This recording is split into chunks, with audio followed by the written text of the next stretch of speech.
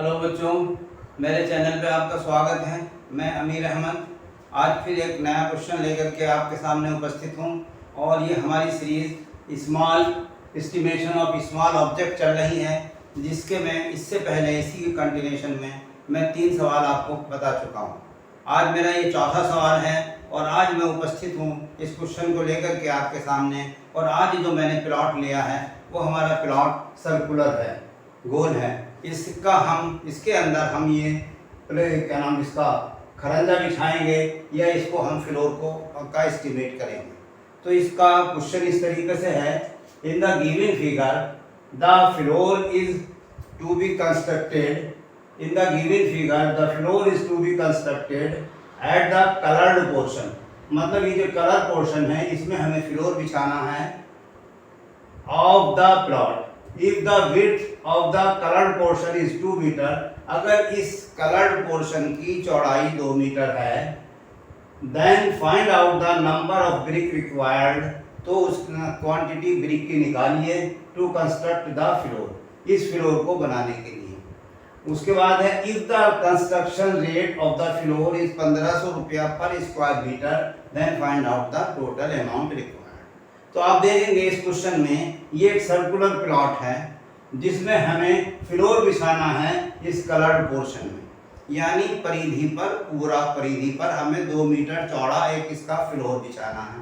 इसके अलावा अंदर की तरफ भी 2 मीटर चौड़ी 2 स्ट्रिप बनानी है।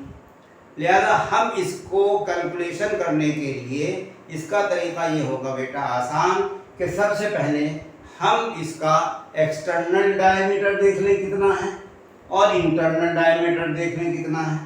एक्सटर्नल एरिया को इंटरनल एरिया को एक्सटर्नल एरिया में से घटा दें और घटाने के बाद जो आएगा एरिया वो हमारा इस पूरे सर्कुलर पोर्शन का आ जाएगा। एक समझ गए आप? यानी इसको निकालने के लिए पहले हम external diameter of the circle और internal diameter of the circle दोनों को का एरिया निकालने के बाद बड़े में से छोटे को माइनस कर दें तो सर्कुलर पोर्शन का हमारा एरिया आ जाएगा। एक एरिया तो ये हुआ। उसके बाद दूसरा एरिया हमारा ये 2 स्ट्रिप हैं, एक इधर है, एक एक्स डायरेक्शन में, एक वाई डायरेक्शन में। तो हम इन 2 स्ट्रिप का एरिया निकालेंगे। ये स्ट्रिप भी हमारी 2 मीटर चौड़ी है और ये इंटरनल डायमीटर में, ये इंटरनल डायमेंशन में बिछी हुई है। लेकिन हम इस बात का ख्याल रखेंगे कि जब हम दोनों स्ट्रिप का एरिया निकालेंगे तो ये बीच वाला जो पोर्शन है, जो स्क्वायर है, ये 2/2 का, ये कैलकुलेशन में 2 बार आ जाएगा। यानी इस स्ट्रिप की लंबाई में भी शामिल है और इस स्ट्रिप की लंबाई में भी शामिल है। इसका मतलब हम पहले दोनों स्ट्रिप का एरिया निकालें क्या है और उसमें से एक स्क्वायर 2/2 का घटा दें तो हमें इसका एरिया मालूम हो जाएगा दोनों स्ट्रिप का। पहले वाले एरिया में जो सर्कुलर पोर्शन का एरिया आया था उसमें हम इस एरिया को जोड़ देंगे तो हमारा टोटल कंस्ट्रक्शन एरिया आ जाएगा कि जिसमें हमें फ्लोर बिछाना है वो कितना है। आया आपके समझ में? सवाल इस तरीके से है कि एक 30 मीटर डायमीटर का एक सर्कुलर पाथ है और उसके चारों तरफ हमें 2 मीटर चौड़ा खरंजा बिछाना है, यानी 2 मीटर इधर और 2 मीटर इधर। इसका मतलब यह है कि जो इंटरनल सर्किल है वो 30 मीटर में से अगर हम 4 मीटर घटा दें तो ये 26 मीटर की हमारी इसकी डायमीटर आ गई, internal diameter of the internal circle. ठीक है साहब? तो 30 एक्सटर्नल और 26 इंटरनल। इसका मतलब ये है कि अब अगर हम circular area of the outer circle minus circular area of the internal circle दोनों को एक दूसरे में से घटा देंगे तो घटाने के बाद जो एरिया हमें मिलेगा वो हमारा हो जाएगा सर्कुलर पोर्शन का एरिया। एक नंबर। दूसरा नंबर ये है कि अब हमारे पास रह जाती है 2 स्ट्रिप। इन दोनों स्ट्रिप का एरिया निकालने के लिए हम दोनों की लंबाई और इंटू चौड़ाई कर देंगे तो दोनों की हमारा एरिया आ जाएगा। लेकिन जब ये इस तरह से करेंगे तो ये वाला जो बीच वाला पार्ट है ये 2 बार आ जाएगा कैलकुलेशन में, लिहाजा इसको हम इसमें से माइनस कर देंगे। इस तरीके से हम इसका टोटल का एरिया निकाल लेंगे। आइए अब चलते हैं, क्वेश्चन करते हैं। तो ये आपने क्वेश्चन समझ लिया कि एक हमारे पास सर्कुलर पाथ है जिसका एक्सटर्नल डायमीटर 30 मीटर है, इंटरनल डायमीटर 26 मीटर है। हमें ये निकालना है कि इस सर्कुलर पोर्शन में कितनी ईंटें लगेंगी फ्लोर लगाने के लिए, नंबर 1। नंबर 2 ये कि इंटरनल जो है ये 2 स्ट्रिप, इन दोनों में भी ये खरंजा या फ्लोर लगाना है तो इसमें कितनी ईंटें लगेंगी।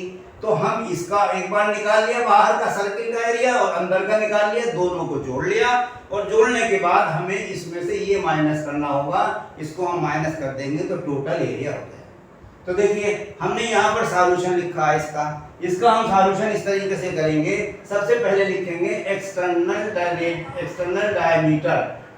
डायमीटर है हमारा 30 मीटर, इंटरनल है 30 में 4 30 में से 4 गया तो 26 मीटर, ये हमारा डायमीटर हो गया। ठीक है, अब इसके बाद एरिया ऑफ सर्कुलर पोर्शन हो जाएगा, बाहर वाले में से अंदर को घटा देंगे तो इसका हो जाएगा π/4 d स्क्वायर होता है, तो लिहाजा π/4 capital D square minus small d square. Capital D हमने लिखा है एक्सटर्नल के लिए और स्मॉल d लिखा है क्या नाम इसका डायमीटर स्मॉल के लिए, स्मॉल d यूज किया है। ठीक है जी, तो ये हमारा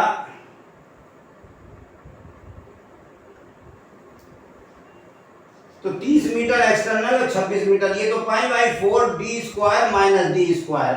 d कैपिटल है हमारा एक्सटर्नल के लिए और स्मॉल d है इंटरनल के लिए। तो π/4 हमारा कॉमन, d की जगह हमने लिखा ये 30 का स्क्वायर माइनस स्मॉल d की जगह हमने लिखा 26 का स्क्वायर। इसका मतलब ये π/4 ब्रैकेट में 30 का स्क्वायर माइनस 26 का स्क्वायर, इसका स्क्वायर किया हमने तो ये आ गया 900 और इसका स्क्वायर किया तो ये आ गया 676। ठीक है, 900 में से 676 घटाया तो 224 आ गया। हमने यहाँ पर पाई की वैल्यू रख ली 22/7, 4 हमारा नीचे था तो 22/7 × 4 मल्टीप्लाई बाई 224। इसका मतलब ये हमारा टोटल एरिया आ गया 176 मीटर स्क्वायर। ये किसका आ गया साहब, सर्कुलर पोर्शन का टोटल एरिया आ गया 176 मीटर स्क्वायर। ठीक है साहब, अब हम निकालते हैं आंतरिक दोनों स्ट्रिप का एरिया। इसका स्ट्रिप का एरिया निकालने के लिए हमने यहाँ पे लिखा है area of floor inside strips, जो अंदर की तरफ दोनों स्ट्रिप्स हैं उनका एरिया। तो देखिए 2 स्ट्रिप हैं, हमने 2 लिख लिया, 26 मीटर लंबाई है, हमने 26 मीटर लंबाई लिख ली, 2 मीटर चौड़ाई है।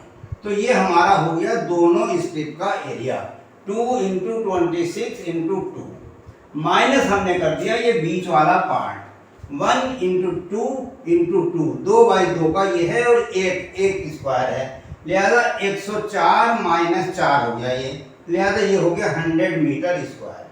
जब ये 100 मीटर स्क्वायर ये हो गया और हमारा 176 ये आया तो दोनों को हमने जोड़ दिया, टोटल एरिया इक्वल टू हो गया 1 + 2 यानी 176 + 100 मीटर स्क्वायर यानी 276 मीटर स्क्वायर इसका टोटल एरिया आ गया।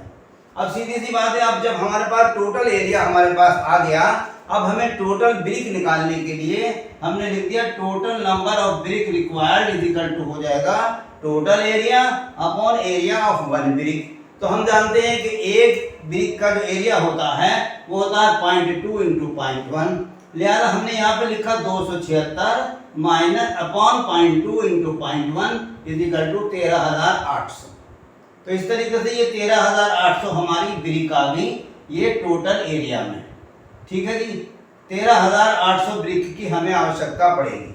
अब उसने अमाउंट भी मालूम किया है, लिहाजा अब अमाउंट निकाल देंगे। Total amount required equal to हो जाएगा total area multiply by rate, इसका मतलब 276 × 1,500 यानी ये आ गया 4,14,000। इस तरीके से आप समझ गए होंगे कि सर्कुलर प्लॉट आज हमने लिया था जिसका एक्सटर्नल डायमीटर हमारा था 30 मीटर और इंटरनल 26 था, लिहाजा पहले हमने एक्सटर्नल और इंटरनल का दोनों का एरिया निकाल के बड़े वाले में से हमने छोटे वाले को घटा दिया तो हमारा सर्कुलर पार्ट का या कलर पार्ट का एरिया आ गया। ठीक है जी, π/4 d स्क्वायर हम जानते हैं इसका एरिया होता है, तो π/4 d square capital D square minus small d square, तो ये इसका एरिया आ गया जैसा कि हमने ये निकाल करके आपको दिखाया 276। अब इसके बाद में ये इंटरनल स्ट्रिप थी दोनों, इन दोनों का एरिया हमें निकालना था। तो इन दोनों का एरिया निकालने के लिए लंबाई इंटू चौड़ाई मल्टीप्लाई बाई 2, चूंकि 2 है स्ट्रिप है लिहाजा ये निकाल लिया, और माइनस हमने कर दिया ये वाला पार्ट। 1 एक नंबर है, 2 मीटर लंबा 2 मीटर चौड़ा, -4, तो इस तरीके से इसका आ गया 100 मीटर स्क्वायर, और जब हमने दोनों को प्लस किया तो 276 मीटर स्क्वायर हो गया। लिहाजा इसका टोटल नंबर ऑफ ब्रिक हमें जो आवश्यकता होगी वो total area of the floor upon area of 1 brick. तो इससे हमने डिवाइड कर दिया, तो डिवाइड करने के बाद हमारा 13,800 ईंटों की हमें आवश्यकता पड़ेगी, जिनका साइज है 0.2 × 0.1। अब इसका अमाउंट निकालने के लिए टोटल एरिया को हमने गुणा कर दिया रेट से, तो टोटल एरिया इंटू रेट 1500 दिया हुआ था, 276 ये था, तो इस तरीके से 4,14,000 रुपया इसका अमाउंट है। तो बच्चों आपको समझ में आ गया होगा, ये मेरा स्मॉल ऑब्जेक्ट की जो सीरीज चल रही है उसका ये आज चौथा क्वेश्चन था, और इन चारों क्वेश्चन में मैंने जो प्लॉट लिए हैं वो डिफरेंट आकृति के लिए हैं। अब मैं अगला जो मेरा क्वेश्चन होगा, अब मैं और कोई दूसरी आकृति लूंगा और उसमें आपको इसी तरीके से फ्लोर और वॉल निकाल के दिखाऊंगा। और मैंने ये स्मॉल सीरीज शुरू किया है ताकि छोटे छोटे क्वेश्चन बताने के बाद में फिर मैं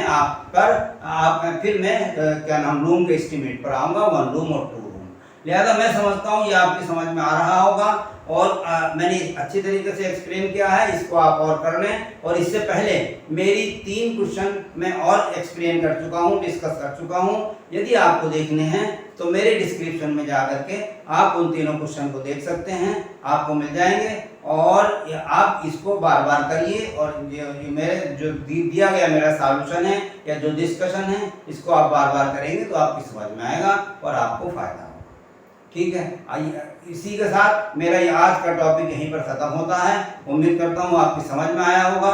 आप इसे लाइक करिए, अपने दोस्तों में शेयर करिए और मेरे चैनल को सब्सक्राइब करिए। धन्यवाद।